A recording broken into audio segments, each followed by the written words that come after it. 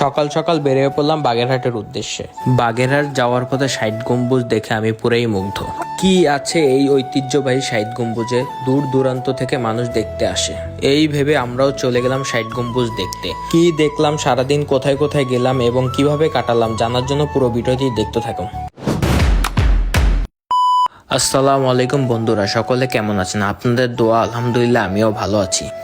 আপনাদের মাঝে নিয়ে আসছি দীর্ঘ অপেক্ষাকৃত আপকামিং ব্লগ নাই। সকাল সকাল চলে আসলাম গ্যাস ভরাতে। ভিডিও থাম্বনেল দেখে বুঝতে পারতেছেন যে আজকে আমরা লং ট্যুর দিব।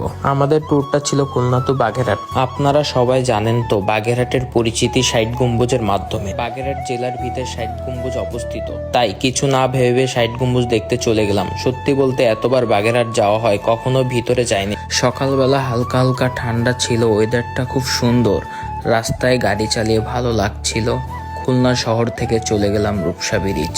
রূপসা ব্রিজ থেকে কিছুটা পথ চালানোর পর রূপসা ব্রিজে টোল দেওয়ার জন্য চলে আসলাম। প্রাইভেট কারের টোলটা অতটা বেশি না, মাত্র 75 টাকা। রূপসা ব্রিজে টোল দেওয়ার পর আমরা কিছুটা পথ গল্প করতে থাকি। অনেকটা মনোরম পরিবেশ, চারপাশে সবুজ গাছপালা, মাঝখান থেকে খুব দেখার মতো রাস্তা। আমরা নিজেরাই কথা বলতে বলতে জুম্মার নামাজের সময় হয়ে যায়। আমি গাড়িটাকে পাশে রেখে নিজে নামাজ পড়তে চলে যাই এবং নামাজ পড়ার আসার পর আমরা আবার বাগেরহাটের উদ্দেশ্যে রওনা হই। পিরোজপুর বরিশাল হাইওয়ের পাশে ষাট গম্বুজ মসজিদ অবস্থিত। আচ্ছা, আমরা যেহেতু এই মসজিদের কাছাকাছি এসেই পড়ছি, আমরা এই মসজিদের সম্বন্ধে একটু ইতিহাস জেনে নিই। আমরা জানবো ষাট গম্বুজ মসজিদের নির্মাণ ও ইতিহাস। খানজাহান আলী সুলতান নসির উদ্দিন মাহমুদ সাহেব 1435 থেকে 69 আমলে খলিফাবাদ রাজ্য গড়ে তোলার সময় এই মসজিদটি নির্মাণ করেন। এটি প্রাথমিকভাবে একটি দরবার হল হিসাবে নির্মিত হয়েছিল, যা পরে মসজিদে রূপান্তরিত করা হয়। মসজিদটি নির্মাণে অনেক পাথর লেগেছে, যা রাজমহল থেকে আনা হয়েছিল। ষাট গম্বুজ নামের উৎপত্তি নিয়ে বিভিন্ন মত রয়েছে। এটি ছাদ গম্বুজ বা ছাদ গম্বুজ থেকে ষাট গম্বুজ হয়েছে বলে মনে করা হয়। এই মসজিদের অভ্যন্তরের 6টি সারিতে 10টি করে মোট 60টি পাথরের খাম্বার উপর ছাদ নির্মাণ করা হয়েছে বলে এটি ষাট গম্বুজ নামে পরিচিত। কথা বলতে বলতে বাসার সামনে চলে আসলাম। আসলে বলি নাই যে আমি কার বাসায় আসছি। এটা আমার নানির বাসা। আমার শালাবাবু সেখানে অপেক্ষা করতেছিল, তাকে নিয়ে আমরা চলে গেলাম ষাট গম্বুজ দেখতে। তো ষাট গম্বুজ দেখার আগে একটু সেলফি নিয়ে নিলাম, দেন আমরা ষাট গম্বুজের গেটের সামনে আসি। এখানে আমাদের পরিচিত বিধায় আমাদের ভিতরে ঢোকার কোনো টিকিট লাগে না, তাই আমরা দেরি না করে ভিতরে ঢুকে গেলাম।